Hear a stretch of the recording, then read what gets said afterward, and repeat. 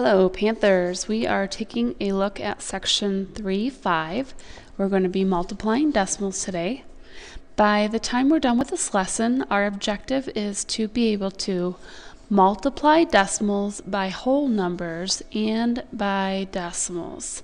So we're multiplying decimals by whole numbers and by decimals.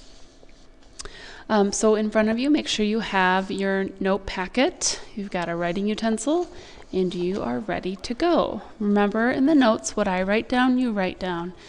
Here we go, Panthers. Taking a look at example 1, it says something that weighs 1 pound on Earth weighs 1/1700 pounds on the moon. How much would a 4-pound dumbbell weigh on the moon? So to quickly answer this, we could do 4 times 1700ths, okay? One thing to remember, we could do 1700ths plus 1700ths plus 1700ths plus 1700ths, remembering that you can think of multiplication by a whole number as repeated addition. Okay, so when we go ahead and do this math, looking at the hundredths place value, 7 plus 7 plus 7 plus 7 is 28. So you carry your 2. 2 plus 1 plus 1 plus 1 plus 1, 6. Okay. Bring down your decimal point. And whenever you don't have a number in the ones place value, Panthers, get in the habit of putting a 0 there. So if we added these up, we would get 68 hundredths. But also remembering we can also multiply. Okay. So here's some rules. You can also multiply as you would with whole numbers. Okay, decimals can also be multiplied just like you do with whole numbers. All that you need to do is place the decimal point by adding the number of decimal places in the numbers multiplied. So let's take a look at this example and let me tell you what we're talking about here. If we have 1700ths multiplied by 4, what we can kind of do is ignore the decimal point. Okay, so let's write that over here. Ignore all decimal points. Okay. To multiply, just like you normally would, okay, and then the last thing would be to insert your decimal point in the right spot, okay. And this notes will show you how to do that. So these are basically the 3 things that you need to do. Ignore the decimal points, okay? Go ahead and just multiply. Instead of looking at this and saying 1700ths times 4, if I were to ignore that decimal point, it would be more like 17 times 4, which we can do. So then you would do the multiplication, and then we'll talk about where to put your decimal point after that. So it says here to place the decimal point by adding the number of decimal places in the numbers that you multiplied. So here's what it wants you to do. We're multiplying 1700ths. Panthers, how many numbers do we have to the right of the decimal point? We have 2 decimal places, okay? And for 4 is a whole number, so we don't have any. There are no numbers behind the decimal point. So when I add these up on the side here, Panthers, 2 plus 0 is 2. What we're saying is our final answer, after we multiply, we should insert our decimal point so that we have 2 numbers behind the decimal point. So let's go ahead and do the math. Remember a second ago, we got 068, okay? So what this is telling us is put the decimal point so that we have 2 numbers behind the decimal point. So we have 1 and 2. And you can obviously see we get the same answer. So our final answer, a 4-pound dumbbell on Earth would weigh 68 hundredths of a pound on the moon. Pretty cool. Okay. Let's go and take a look at example 2. Example 2 says to find each product. Remember we talked about product meaning the answer to a multiplication problem, so we're going to go ahead and multiply these together. Remembering step 1, let's multiply but ignore the decimals. Please copy that down, Panthers. Ignore the decimals. So let's just pretend this is 3 times 4. 3 times 4 would give me 12. Let's look at this though. The first number I multiplied, 3/10, has how many numbers behind the decimal point? Hopefully you're saying 1. And 4/10 has how many numbers behind the decimal point? Again, that is 1. When I add these up, Panthers, I get 2, which means my answer then should have 2 numbers behind the decimal point. And because I don't have a number here in the ones place value, I am going to add that 0 placeholder. So 3/10 times 4/10 is 12/10. So again, if you understand, multiplying decimals is really not that much different than multiplying whole numbers. Just ignore the decimal points, multiply out as normal, and then go back in and put the decimal points.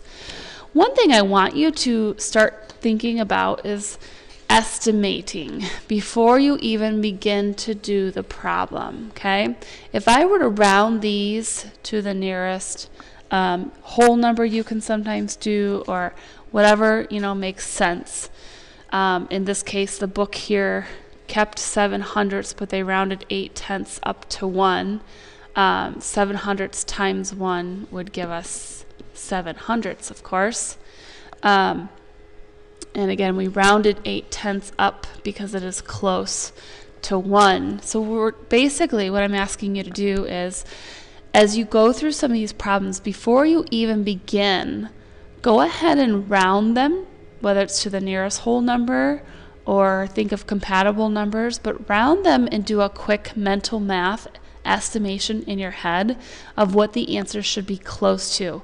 One of the biggest mistakes that Panthers will make on this assignment is that we're doing the math okay, but we're putting the decimal points in the wrong spot. So if you do that quick estimation, it's just kind of reminding yourself what your answer should be close to. So next we're going to multiply this area. I'm going to ignore all the decimal points. Okay, these zeros really aren't that necessary at the moment. Okay, and just do in your head 7 times 8. Hopefully you're saying 56, right? But let's figure out where our decimal point goes. My first number I'm multiplying, 700ths, has 2 numbers behind the decimal point, 1 and 2. 8/10 only has 1 number behind the decimal point. So if we add these up, Panthers, 2 plus 1 gives me 3. So our answer must have 3 numbers behind the decimal point. Here I see a 6, a 5, there's 2. Guess what we have to do? We have to put in a 0 placeholder for that third number to the right of the decimal point, and then we can put our decimal point in. And of course, Panthers put that 0 out in front just to hold that ones place value. And therefore, we see that our answer is 0 and 56 thousandths. Now ask yourself, is this close to our estimate, which was 700ths? Okay. And I would say, yeah. If we look here, we're just over 500ths compared to 700ths. Those are pretty close. Okay.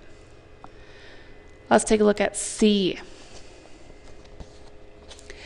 Here we have a little more digits, no big deal. We have 1 and 3400ths times 2 and 5/10.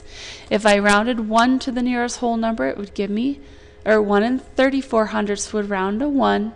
2 and 5/10 would round up to 3. So we're starting off with an estimation just to see. Estimate the product, round each factor. We just rounded them to the nearest whole number. The next step is to multiply. Again, we're going to ignore the decimal points. Let's go ahead and do that, Panthers. We end up with, 1. Here's the math done for us. 1 and 3400ths times 2 and 5/10. We get 670. Now, Panthers, thinking about this, 670 couldn't possibly be the right answer, especially when our estimate was only 3. So obviously we have to put in some decimal points here. So let's look at the numbers that we multiplied. 1 and 3400ths has 2 numbers behind the decimal point. 2 and 5/10ths has only 1 number behind the decimal point for a grand total of 3 decimal place values. So go back up to our number here. Panthers, I apologize here. This was the 2-step equation here. Let's back up for a second. When they add these together, I apologize. They multiplied the 5 out and got 670. They multiplied the 2 out and got 2,680. We have to add these up. They end up being 3350. So this is what they got when they multiplied. We have to remember that our answer has to have 3 decimal places. So let's count. 1, 2, 3. And so our decimal point must go in between the 3's. So our final answer is 3 and 350 thousandths. 3 and 350 thousandths. Panthers, is that close to what our estimate was of 3? Yes. And therefore we can be assured that our answer is reasonable. Okay, Panthers, on to example 3. Then we'll wrap this up. Here it says to evaluate 5x or 5 times x. Remember, a number and a variable back-to-back means to multiply for each value of x. Okay, so here it wants us to solve 5 times x, but instead of x, it wants us to plug in this value of 3 and 62 thousandths. Okay, so what we just did, we substituted in 3 and 62 thousandths in for x.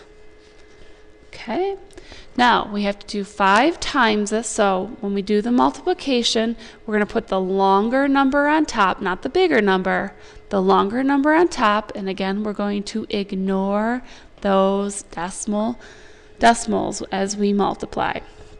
So if we multiply this out, 5 times 2 is 10, carry the 1. 5 times 6 is 30 plus the 1. 5 times 0 is 0 plus the 3. And 5 times 3 is 15. Now surely, if we're estimating here, Panthers, 3 times 5, my answer should be about 15. So I'm sure you can guess where your decimal point goes.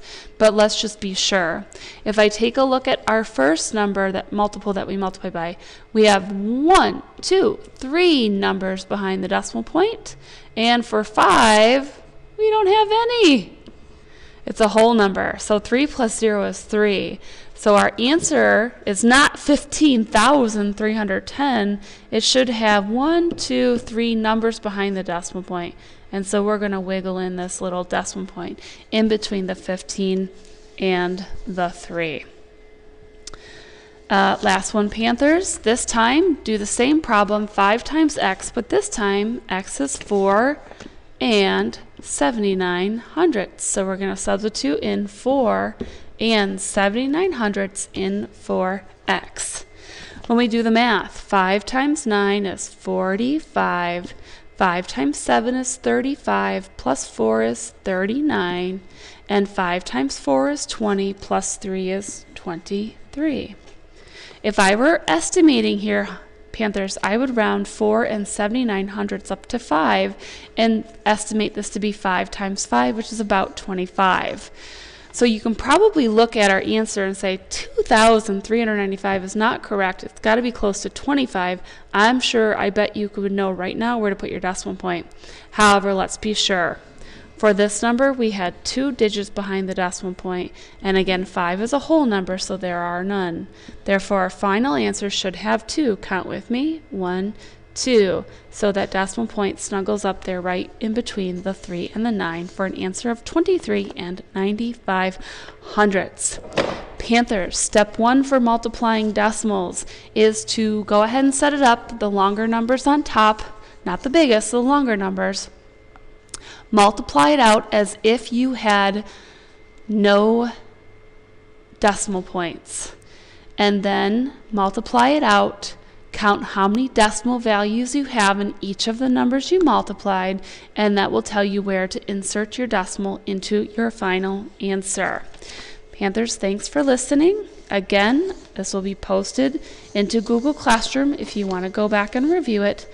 Other than that, have a great day.